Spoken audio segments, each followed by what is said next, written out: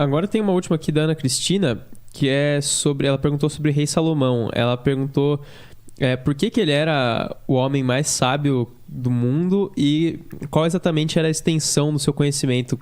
Acho que ela quis perguntar o que ele sabia exatamente que tornava tão sábio. E eu vou completar com aquilo que a gente estava falando antes de começar aqui. Se ele realmente aprisionou demônios, se ele buscou algum contato com... Tem o lance da clavícula de Salomão, dele ter aprisionado 72 demônios. Sim. Goética, né? É verdade. Tem parte disso que no judaísmo a gente vê como verdade, que é o seguinte, o rei... Quem fez a pergunta mesmo? Ana Cristina. Então, olha que legal. Comendo chocolate, Tá acabando com ele. Eu tô ligado aí, Quis pegar no flagra pra ver se tá gostoso. Tô ligado.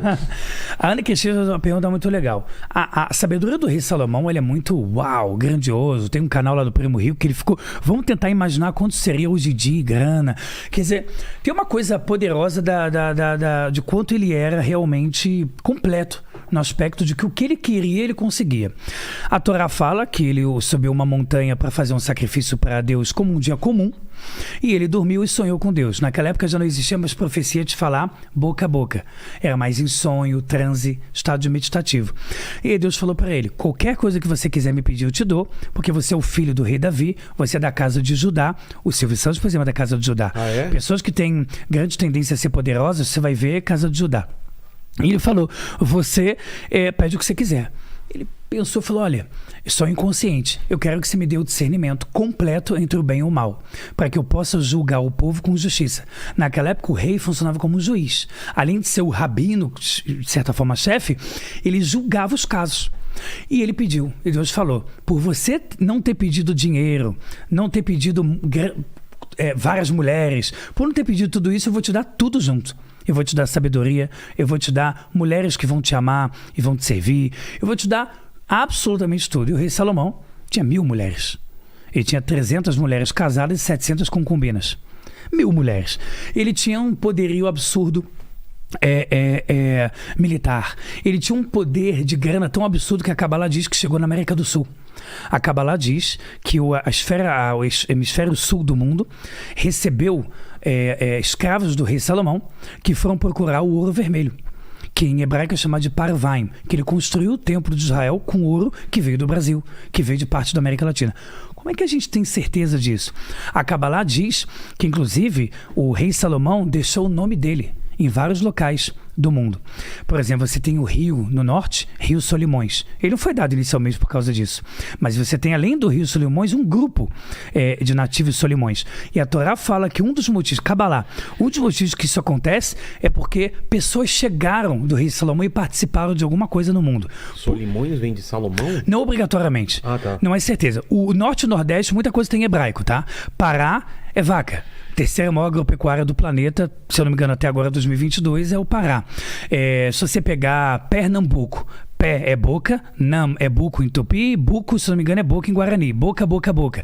Porque Pernambuco, ele era a base em porto e portuária de praticamente tudo que levava e trazia de comércio do planeta. Então tem essa teoria de que Salomão já chegou aqui na América antes mesmo do descobrimento e tudo mais. Exatamente. Inclusive, se você pegar o Ariano Suassuna, escritor, dramaturgo, livros maravilhosos que eu já li dele, ele fala, poxa, ele era muito nacionalista, né? Então ele falava, poxa, as pessoas falam do Brasil só depois de 1500. E isso aqui, só você puxar no YouTube sobre o que o Ariano Suassuna fala antes da chegada do Olavo de Cabral. Ele levanta um quadro de uma menorá, que foi escrita, se não me engano, Pedra da Gávea, que seria atualmente, uma menorá que foi escrita por nativos antes de ser descoberto. Então você tinha várias coisas judaicas no Brasil antes mesmo da descoberta do país. Porque quem conta história é sempre quem vence, quem conquista, né? Os índios não puderam contar a história.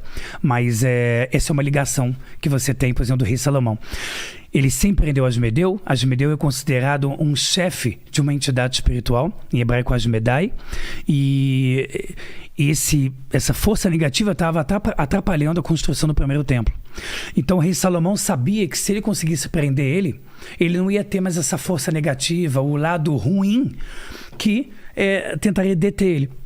Então ele prende o Asmedeu, tem uma história um pouco longa, mas no final das contas ele prendeu, ele bota uma corrente em Asmedeu com o nome de Deus, o tetagrama, com as 4 letras. Assim ele não poderia arrebentar a corrente. Isso é uma corrente espiritual. E com isso ele foi preso até acabar a construção do templo.